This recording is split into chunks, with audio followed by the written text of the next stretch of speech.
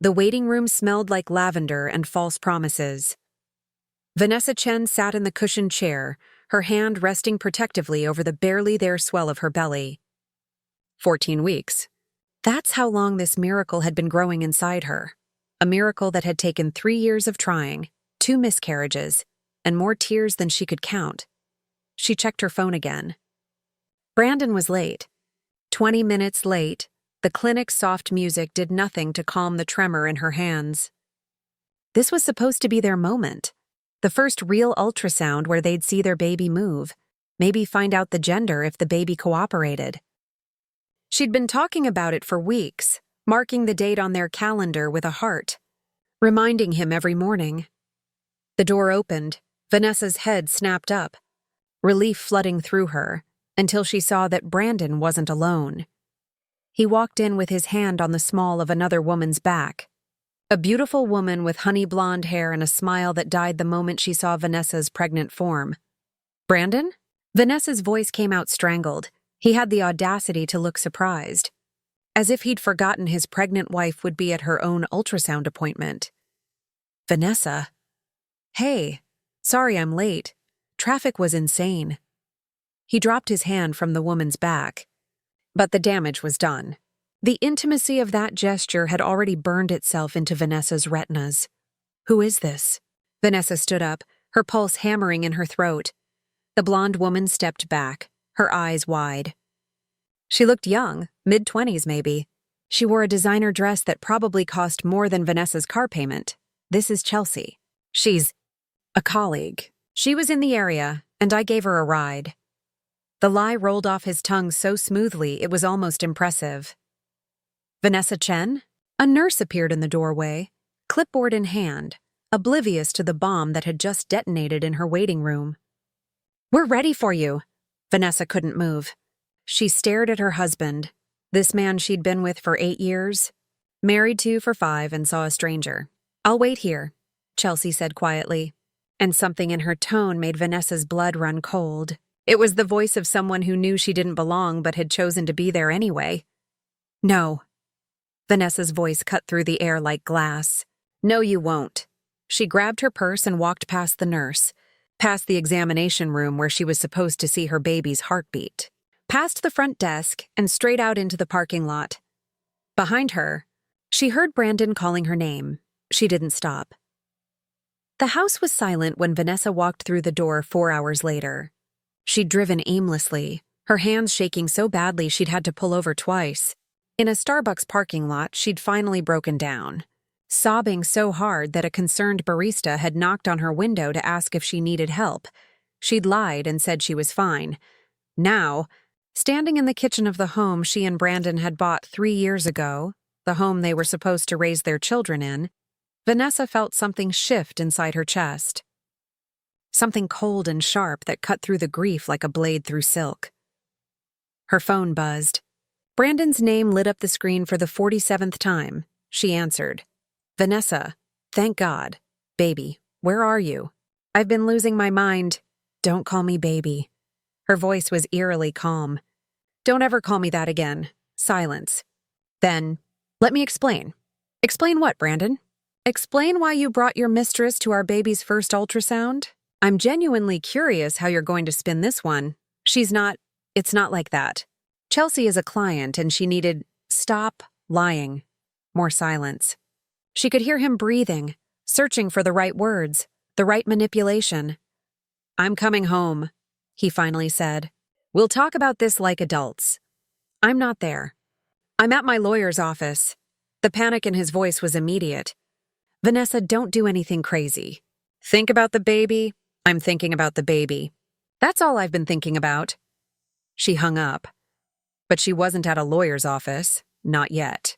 She was standing in their kitchen, staring at the refrigerator covered in ultrasound photos from her previous pregnancies, the ones that hadn't made it. Each image was a ghost of a future that never came, and underneath those magnets was a business card she'd shoved there 6 months ago and forgotten about. Diane Mitchell, family law attorney. A friend from college had given it to her at a dinner party, joking, just in case you ever need to take Brandon to the cleaners. Vanessa had laughed then. She wasn't laughing now. She pulled out her laptop and began to dig. Over the next 3 days, Vanessa transformed. The heartbroken woman in the parking lot had been devoured by something sharper, more focused. She went to the rescheduled ultrasound alone, saw her baby's perfect profile, learned she was having a girl, and didn't cry once. She hired Diane Mitchell, who took one look at her and said, "Tell me everything." So she did. But Vanessa didn't just tell Diane about the ultrasound incident. She told her about the last 6 months of marriage, the late nights Brandon claimed were for work, the sudden need for privacy with his phone, the way he'd stopped touching her after she got pregnant, as if her body had become somehow repulsive to him. "I thought it was because of the previous miscarriages," Vanessa admitted, sitting in Diane's sleek office. "I thought he was scared to get attached again. But it wasn't that, was it?" Diane's expression was gentle but firm. "How long do you think it's been going on?" "I don't know. Months, maybe longer? Would you like to find out?" That's when Diane introduced her to Marcus, a private investigator who looked like someone's favorite uncle but had the instincts of a bloodhound. "Give me a week," Marcus said. 2 at most. He needed 3 days. The photos were damning. Brandon and Chelsea at restaurants Vanessa and Brandon couldn't afford. Brandon and Chelsea entering a hotel room at 2 in the afternoon. Brandon and Chelsea shopping for jewelry at Tiffany's. Jewelry Vanessa had never received. But the worst photo was the simplest.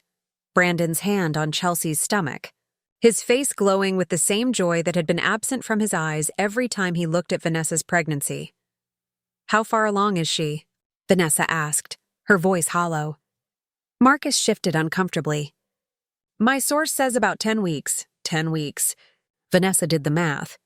Chelsea had gotten pregnant around the same time Vanessa had conceived.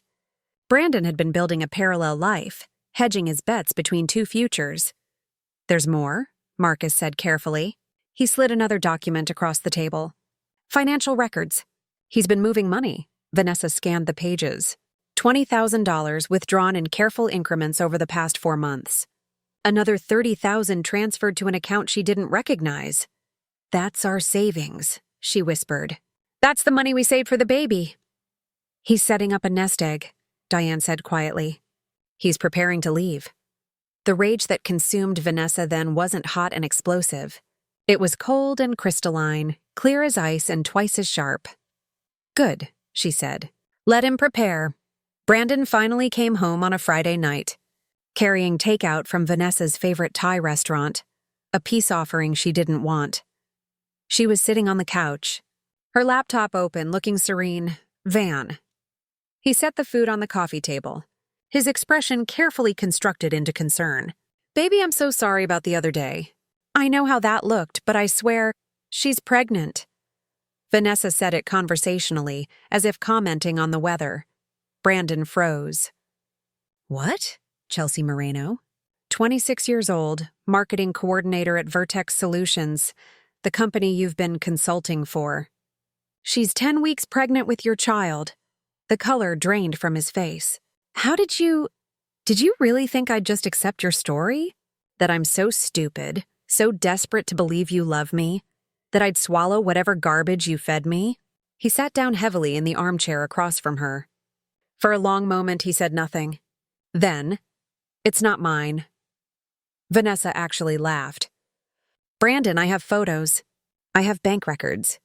I have hotel receipts, restaurant bills, jewelry store transactions. I have a statement from Chelsea's best friend confirming you told Chelsea you were leaving me. Would you like me to continue?" His face hardened. The mask finally cracked, and underneath was something ugly. "You had me followed? What kind of psycho—" "The kind who's been married to a liar for God knows how long." She closed her laptop. "How long, Brandon? How long have you been screwing her?" He stood up, pacing. "This isn't— You're making it sound worse than it is. Answer the question." 8 months, he exploded. 8 months, okay? I met her at a conference, and we connected, and it just happened. It didn't mean anything at first, but then she got pregnant. His silence was confirmation enough. And suddenly, it meant something, Vanessa continued, her voice steady despite the grief threatening to crack her open. Suddenly, You had a choice between your wife carrying the baby you'd been praying for and your girlfriend carrying the baby you'd made by accident. And you chose her. I didn't choose anyone. I'm still here, aren't I? No, you're not. You've been gone for months. You've been moving money, setting up a new life, just waiting for the right moment to tell me. She stood up, her hand unconsciously moving to her belly. But I'm going to save you the trouble. She walked to the kitchen and returned with a manila envelope. Brandon's eyes followed it like a man watching a loaded gun. Divorce papers, Vanessa said. I'm filing on Monday. I'm asking for the house, full custody of our daughter. Yes, it's a girl. In case you cared, an alimony based on your actual income, not the reduced salary you've been claiming since you started your consulting business. You can't. I also have evidence of adultery, financial infidelity, and fraud. Your company doesn't know you've been embezzling from them to fund your affair, but they will if you fight me on this. Brandon's face went white. I haven't embezzled anything. Really? Then explain the $40,000 in consulting fees you billed to Vertex Solutions for projects that don't exist. I have the emails, Brandon. Chelsea accidentally CC'd me on one when she was using your computer. She apologized so sweetly, called it a mistake. But mistakes are funny things. They reveal the truth. He sank back into the chair, his head in his hands. Here's what's going to happen, Vanessa continued, and her voice could have cut diamonds. You're going to sign these papers. You're going to agree to my terms. You're going to give me everything I'm asking for, and in return, I won't destroy you. You're bluffing. Try me. I have nothing left to lose, Brandon. You took it all when you decided our marriage, our future, our daughter didn't matter. So go ahead, fight me, and I'll make sure everyone knows what kind of man you really are. Your parents, your colleagues, Chelsea's parents. Yes, I found them. And they'll be very interested to know their daughter is pregnant by a married man. Your boss, who trusted you with company funds. The IRS, because I'm pretty sure those phantom consulting fees count as tax fraud. She dropped the envelope in his lap. Or you can sign, walk away, and start your new life with Chelsea. You get to be with the woman you chose. You just don't get to take anything that was ours. Brandon's hands shook as he opened the envelope. He read through the papers, his expression growing more desperate with each page. Vanessa, this is everything. The house, the savings, the car. You already stole $50,000 from our accounts. Consider us even. What about the baby? What about her? I have rights. I'm her father. Vanessa's smile was bitter. Then you should have thought about that before you created another child with another woman. You can have visitation, supervised at first, until I'm sure you're not going to damage her the way you damaged me. But she's mine, Brandon. She's the only good thing that came from this marriage, and I'll die before I let you ruin her. The next afternoon, someone knocked on Vanessa's door. She opened it to find Chelsea standing on her porch, looking small and terrified. Hi, Chelsea said quietly. Can we talk? Vanessa should have slammed the door. Should have called her lawyer, called the police, done anything except step aside and let this woman into her home. But something in Chelsea's face stopped her. A desperate vulnerability that Vanessa recognized because she'd seen it in her own mirror. They sat in the living room, two pregnant women carrying the children of the same worthless man. He told me you were separated, Chelsea began, her voice trembling. He said you'd been living separate lives for over a year, that the marriage was over, you just hadn't filed the papers yet. That's what they all say. I know that now. Chelsea's eyes filled with tears. But I believed him. He was so convincing. He talked about you like you were strangers who happened to share a house. He said you'd stopped loving each other years ago. We were trying to have a baby, Vanessa said flatly. Does that sound like people who stopped loving each other? Chelsea flinched. He didn't tell me that. Not until I got pregnant. And then suddenly everything changed. He started pulling away, making excuses, and when I confronted him, he finally told me the truth. That you were pregnant too. And you stayed with him anyway. I didn't know what to do. I'm 26. I live in a studio apartment. I just started my career. I can't do this alone. And he promised, she wiped her eyes. He promised he was going to leave you. He said he'd just been waiting for the right time, and now that we were having a baby, everything would work out. And you believed him. I wanted to. God help me, I wanted to so badly. Chelsea looked at Vanessa with raw honesty. I know I'm the villain in your story. I know what I did was wrong. But I thought I was the one he really loved. I thought you were the mistake he was trying to fix. Vanessa should have hated her. Should have screamed at her, thrown her out, made her feel every ounce of pain that Vanessa felt. But looking at this young woman, this girl really, Vanessa saw the real enemy. He doesn't love either of us, Vanessa said quietly. He loves himself. And he loves having options. Chelsea's face crumpled. I know that now. After you filed for divorce, he called me, screaming. Blamed me for everything. Said I'd ruined his life. That if I hadn't gotten pregnant, none of this would have happened. As if this was my fault. He's told you he wants nothing to do with the baby. It wasn't a question. Chelsea nodded miserably. He said he can't afford 2 kids. Said I needed to take care of it, or he'd walk away. She looked up at Vanessa. I'm keeping my baby. I don't care what he says. But I came here because I wanted you to know I'm sorry, and I wanted to tell you something Brandon doesn't know I know. Vanessa leaned forward. There's a third woman, Chelsea whispered. Someone from his gym. I saw messages on his phone last week. He's already lining up his next relationship, hedging his bets again. The information should have shocked Vanessa. Instead, she just felt tired. What's her name? Rachel something. I don't know much else, but I took screenshots. Chelsea pulled out her phone, showing Vanessa the evidence. The messages were damning. Brandon, promising this Rachel that he'd be free soon, that his complicated situation would be resolved, that they could finally be together. He sent these 2 days ago, Chelsea said. While he was telling me we'd work things out, Vanessa studied the younger woman. Why are you showing me this? Because I'm an idiot, but I'm not evil. And because I think you deserve to know who you were married to. Not who you thought he was, but who he really is. Chelsea stood up. I'll testify if you need me to. In court, I mean. About the affair, the money, all of it. I'll tell the truth. That'll destroy your reputation too. I don't care anymore. I just want him to face consequences for once in his life. I want him to lose something that matters. After Chelsea left, Vanessa sat alone in her living room thinking. She thought about the man she'd married, the charming, ambitious Brandon who'd promised her forever.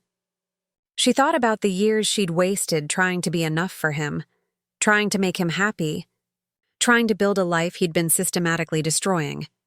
And she thought about her daughter, growing inside her. Oblivious to the chaos of the world she was about to enter, Vanessa made a decision. She called Diane. I want to go to trial, Vanessa said. I want everyone to know what he did. The divorce proceedings became a spectacle.